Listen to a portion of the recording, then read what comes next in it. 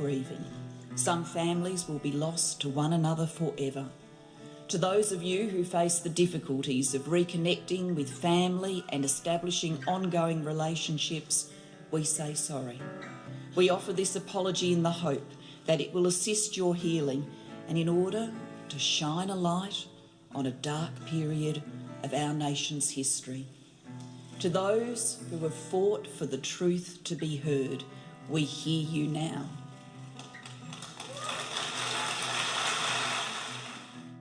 You're listening to Adopt Perspective, a podcast for anyone affected by adoption. I'm one of your hosts, Jo Sparrow. This podcast is a production of Jigsaw Queensland Post-Adoption Support Service. However, the views expressed are those of the people participating, not necessarily Jigsaw Queensland. The podcast discusses adult themes and listener discretion is advised. Today's guest was airlifted from war-torn Saigon, Vietnam in 1975 as part of the controversial humanitarian mission Operation Babylift. When he arrived in Australia, he was collected by his new Australian adoptive parents and raised in the eastern suburbs of Adelaide, South Australia. He has represented Australia in water sports, graduated as a school teacher, has authored an award-winning international fitness program for primary school children, and has written 2 children's picture books. If that isn't enough, he's also an actor, performs stunts for television and movies. He's a mad keen pogo stick jumper, and I've even seen footage of him water skiing on his hands. Joining us from London, England, welcome to Adopt Perspective, Barton Williams. Hey, hi Jo. That actually took my breath away. You have so many things that you've done.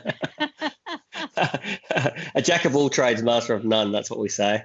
You are, and you're good with your hands. I did see you water skiing on your hands, and as a mum, I was freaking out, but you were safe. yeah, just cleaning them on the water here in England. So yeah, no, it's all good. Excellent. So I'm at home recording this. It's like 5:30 or 6 o'clock in the afternoon, and it's quite early in the morning over there, isn't it? Well, it's not too bad now. It's 10 to 9 in the morning. So yeah. What is it? Are we 9 hours behind or 12 hours behind or something? No, sorry. Yeah, that's right. About 9. Barton, your story is an incredible one that begins at the end of the war in Vietnam as Western troops were being evacuated out of the country and North Vietnam was marching in to take over what was then known as Saigon. Would you share your story with us? Yeah, so I'm one of the very lucky 300 plus babies. I was adopted out of Saigon or Ho Chi Minh at the age of approximately 3 years of age. My true birth date and actual age is actually not known. My adoptive mother did have written down a so-called name of my biological mother, but it was never really valid. And since that piece of paper, literally on a piece of paper that my adoptive mum had that name, it's been lost. But even when we did have it, and I did speak to mum about it, she really didn't have a lot of information that gave it any valid evidence to say it was mum. My biological father's name was never ever given. I do remember having a birthday change when I was growing up. My actual birthday is in March, but I do remember Mum saying to me, I think we've got it wrong because we'd celebrated in October. So at 1 year, when I was quite young, they did change it. I was adopted out. We're assuming between 2.5 to 3 years of age. I was adopted to a very white, middle-class, white Anglo-Saxon family in Adelaide. And I was blessed because they originally came from regional Broken Hill. So I had an upbringing that was a blend of city life and country life. And it's definitely impacted me as an adult.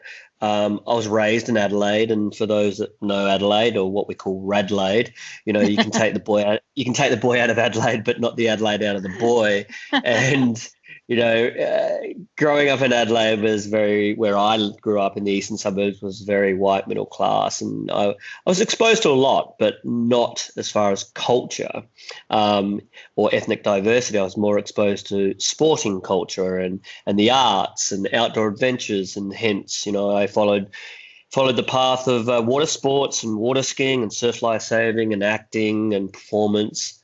Went to kindergarten and primary school in the very leafy suburbs of the eastern Adelaide. Private school educated and then state school educated as well. And that was where I saw my first lot of ethnic diversity was at high school. I think at primary school, I think there were 2 other Asian kids in the whole of the primary school at that time. Wow. And then went to university and studied teaching and ended up becoming a teacher, primary school teacher, and teaching in country South Australia and overseas. And then eventually made the big move to the Big Smoke in Sydney. Attended drama school in Sydney, and I've had a real blend. I've been blessed to have the upbringing that I've had, but along the way, there's certainly been some, like all childhood and all young adult life, there's been highs and lows. Yeah. Barton, did your parents tell you much about what your physical condition was when you arrived in Australia?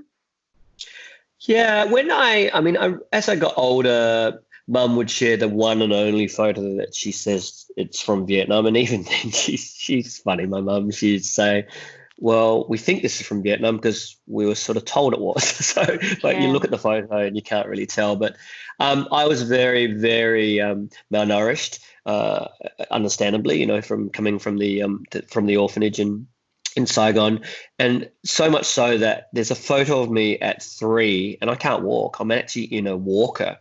And that sort of hits hard to me because I look at young babies and young kids and all my friends that have got kids now, and kids are walking at 12 months, and I'm like, whoa, here's me, a photo of me, well over 3 in a walker. And I just didn't have the strength or the coordination or the healthiness that a typical 3.5-year-old child would have. So, I remember being, when I was quite young, being, not a sick child, but always struggling. I was always, I'm not the largest person, and so I was always small. And I guess that's probably a slight reflection of what happened from 0 to 3. Yeah. So when you arrived, could you speak any English? Were you able to communicate with your parents in any way?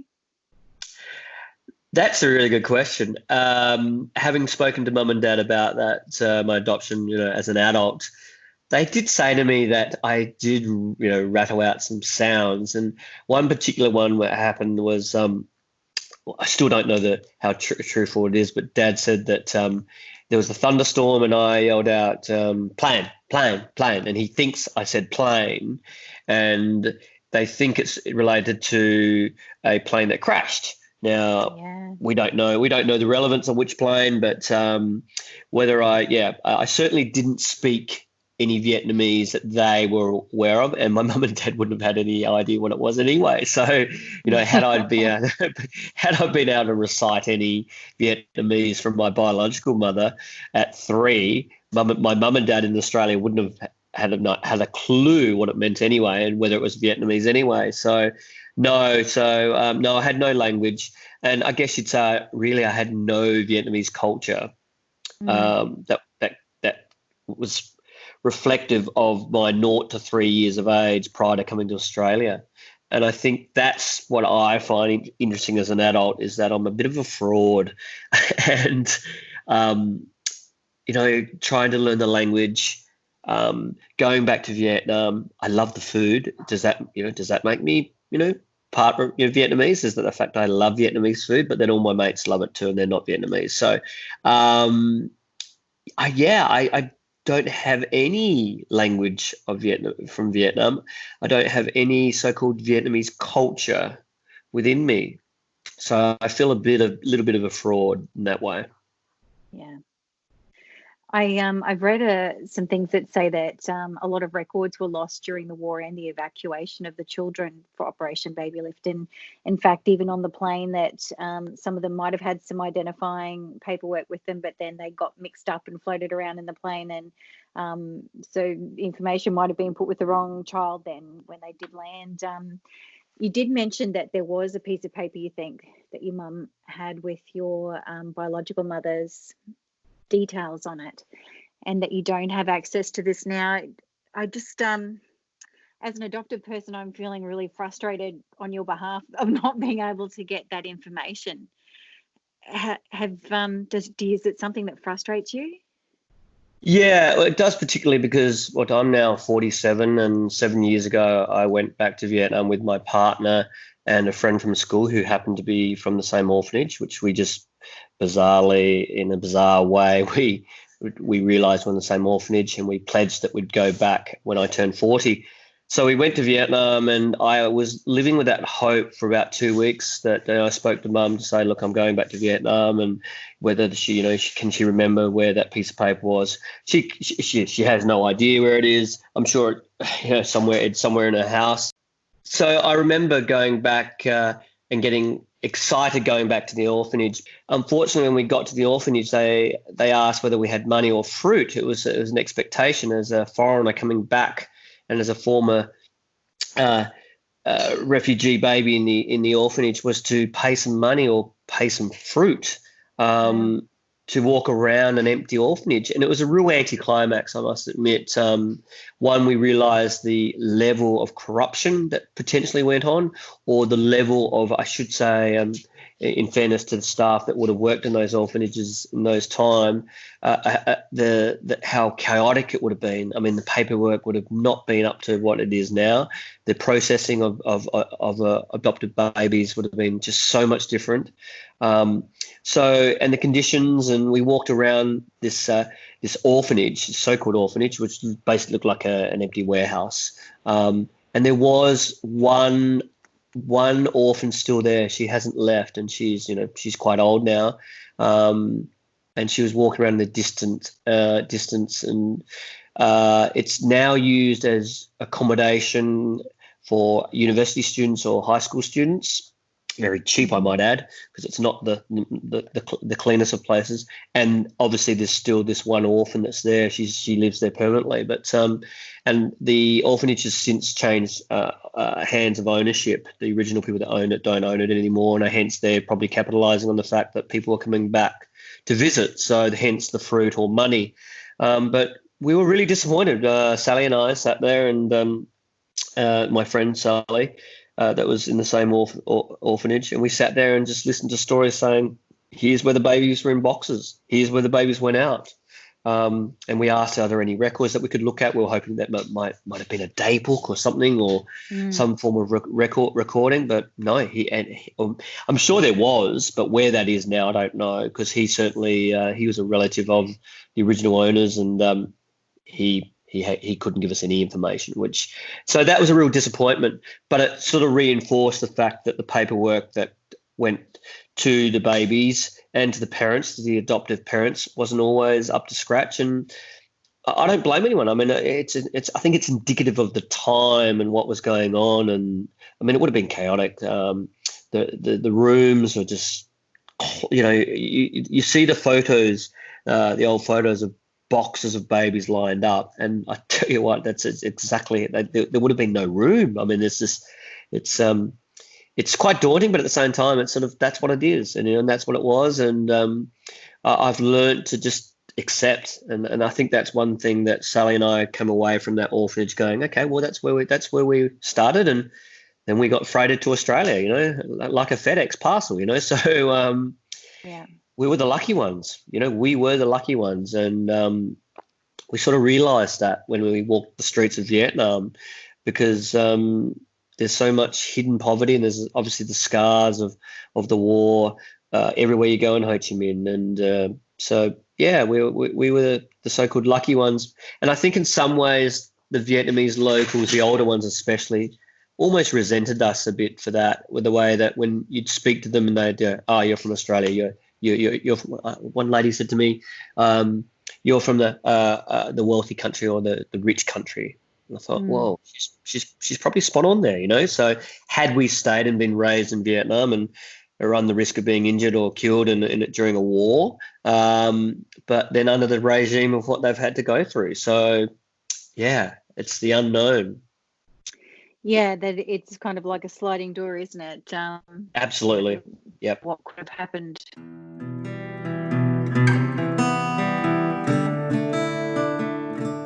What was it like for you growing up in Adelaide? Yeah, I mean, I was very blessed to be raised in a very nice area of Adelaide and the eastern leafy suburbs.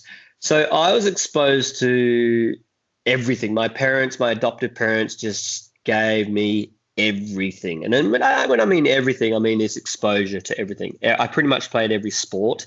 Um, I played a lot of water sports, and I think growing up I got used to being the odd one out. And in a in a way, I always felt like I was like, oh, who's he? I just stood out a bit. I mean, traditionally, growing up in the 80s, I remember joining lifesaving nippers at Glenelg Surf Lifesaving Club, and it wasn't racism back then. Well, I don't think it was, but it was just the fact that I stood out. Here's me, a little short, black, straight-haired Vietnamese orphan with white Anglo-Saxon parents taking me to a surf lifesaving meeting where all the kids were pretty much blonde and blue-eyed. And I remember distinctly a mate of mine that I met very early in the piece when I was like 8 years of age. His name was Zach. And he's blonde, blue-eyed. And his whole family were blonde and blue-eyed. And it was cool because we were in the surf club. I don't believe I ever experienced any direct racism at the surf club when I was younger, but I did feel that I was a fish out of water because I physically looked different to everyone else. So I got used to that. And then I got involved in water skiing and then the arts, and I've always felt that I just stood out a lot until I went to high school. Because at primary school there wasn't a lot of ethnic diversity, and there was, I think, 2 or 3 other people that were Asian in our primary school. High school there was a greater percentage. I went to a very good private school in Adelaide and a very good state school, and there was a lot of ethnic diversity in high school, and then obviously university even more. So it was only as an adult that I was exposed to racism in Adelaide, and it was the usual, go back to your own country, which, it's quite ironic that, 30, 40 years later, people are still saying the same thing. And I guess it's just indicative of the mentality of some people that, like to abuse people from different ethnic backgrounds, but they're still saying the same thing. So, I remember distinctly getting that, that's a lie. High school, I remember getting called a nip, a nipper, which I didn't really understand. And occasionally someone would say, oh, you're yellowhead. And top deck, that's right. Top deck was one that I did receive a bit because my parents were a different colour to me, so-called, I was yellow. And so there's a little bit, but it was always just names. I never got that blatant racism that I got as an adult where it was directly to your face. It was all it was indirect, what I call indirect racism, where someone would make a smart comment, or they'd say, take up karate, or, and that was the irony, is that I was really good at water sports and not very good at martial arts. And as I got older as an adult, I remember my sensei was into water skiing, and he found out that I was a better water skier than what I was at martial arts. So that was quite funny. And I was Asian. I am Asian. And he's white Anglo-Saxon, and he's the master at martial arts. So we had a chuckle over that. So it was always just that funny, being the odd one out a little bit, standing out. So it was more standing out growing up that I had to get used to. Yeah. I can see that storytelling has been really important in your life, and I watched a short film that was made by the Australian Film, Television and Radio School about your life story, which we'll put a link up in our podcast notes so that people can have a look. It was really compelling viewing, and you've since written 2 books, children's book called But What Are You?, based on your experiences growing up. Can you tell us, why you've written those books and why it's been important to you to tell your story? Yeah, I mean, you're spot on, Jo. I do love telling a story. And the decision to write But What Are You is twofold. It's a twofold decision. One is I want to share the adoption story and raise the awareness of adoption. But two, as an educator, as a former full-time primary school teacher, I felt an obligation to socially educate people as well. So I really love the fact that I could talk about resilience and anti-bullying and validation. I think what I really have tried to do with this kids book, But What Are You, is to get it to resonate with people that have been adopted, know someone that's adopted, or don't. And I think that's what we're trying to do, a sense of curiosity. And that's, I think that's my education hat on there, trying to, tell a simple kid's story, but raise awareness and also go, oh, yeah, okay, that's what it's like. So you're saying to me that he felt left out. Oh, I felt left out before. And that's the feedback I get from kids directly, kids when they can relate to it. And kids are, blatantly honest with this sort of stuff. So, yeah, it's everything in the story is verbatim, where the little boy, Gung, which is obviously autobiographical, it's me as a child, he gets harassed at a milk bar, which we don't know is actually in Broken Hill, and the milk bar still exists. And that's exactly verbatim. I got hassled by 3 boys. My adoptive brother, my brother Hayden, was there to save me. So everything that's taken place in But What Are You is pretty much verbatim. But there's a beautiful sense of belonging to your adoptive family, and that's what family are. The people that raise you, that install the values, your morals. That's your family, and that's what I think we've got across in this book, is the fact that my adoptive family, they're the ones that they're my family, they're my new family. I think what's confronting though is the fact that on the front cover is that there's a picture of boxes with babies in it in an aeroplane. And I always ask kids when I do author reads at schools, I ask the kids, what's this book about? And it's amazing to hear what kids say. They think is it a cargo? Is it cargo? This precious cargo in the box, and they're pretty well spot on. So yeah, it is interesting. I know you had a little bit of resistance to that front cover, which I think is absolutely perfect. And you stood your ground on using that. Yeah. So what happened is my publisher over here in the UK said to me, they sent me the proof of the front cover, and it was actually as a picture of me, or Gung, the character.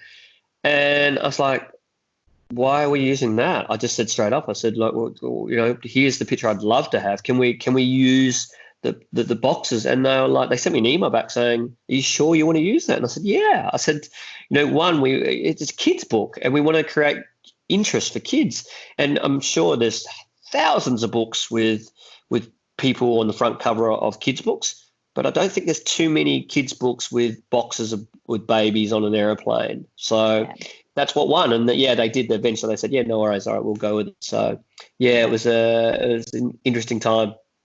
I'm glad you stood your ground, because I think it's a perfect and really interesting cover, and something that's going to make kids want to ask questions straight away. Yeah, I mean, look, I get what they're trying to say. It's a kid's book; it's going to be happy, and it's a happy story. But I'm like, no. This is what actually happened. Operation Babylift.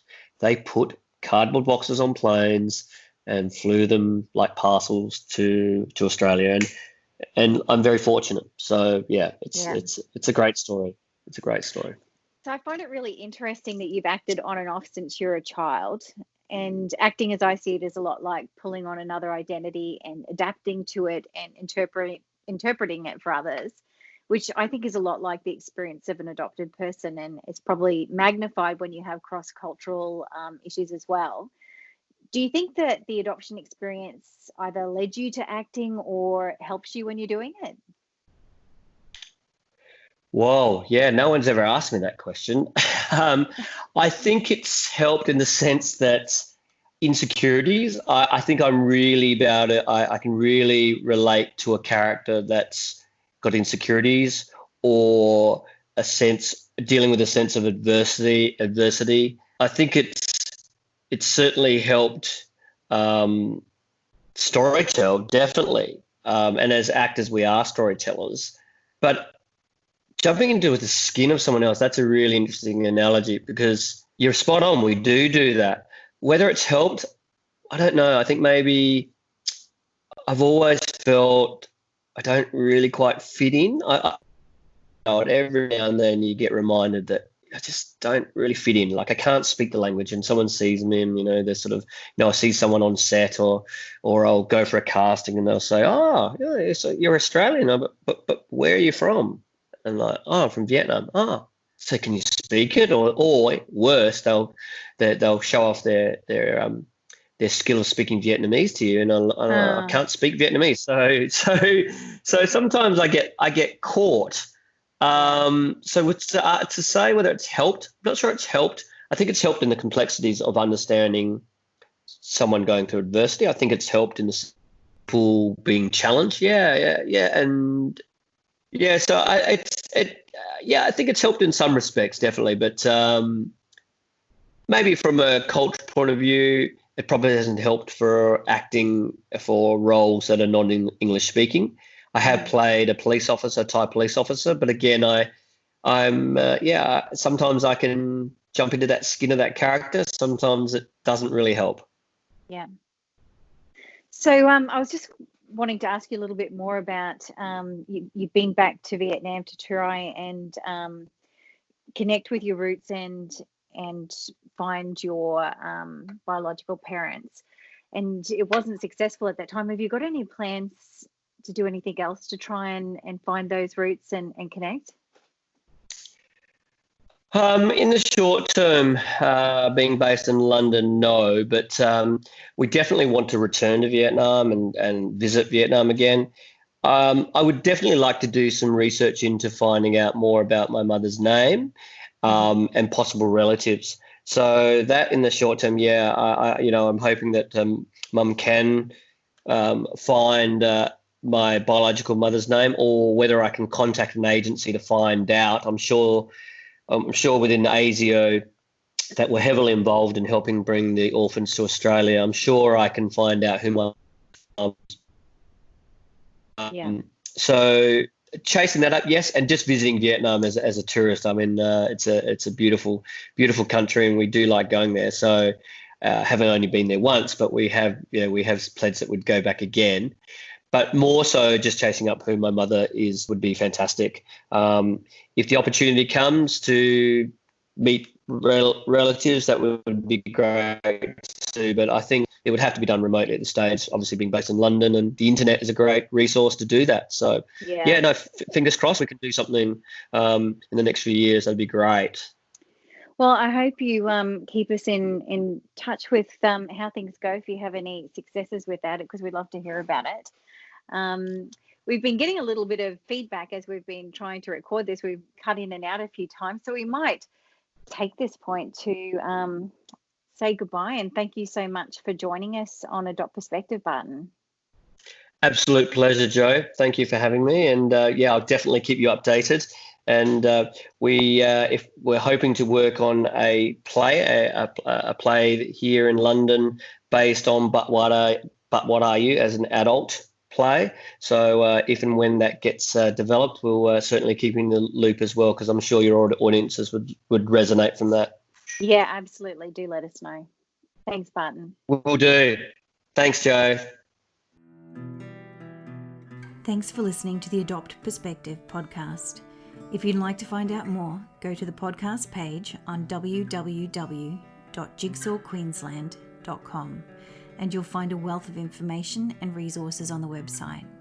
If you reside in Queensland, you can reach Jigsaw Queensland's Forced Adoption Support Service on toll-free 1800 210313, or you can call Jigsaw on 07 33 58 6666.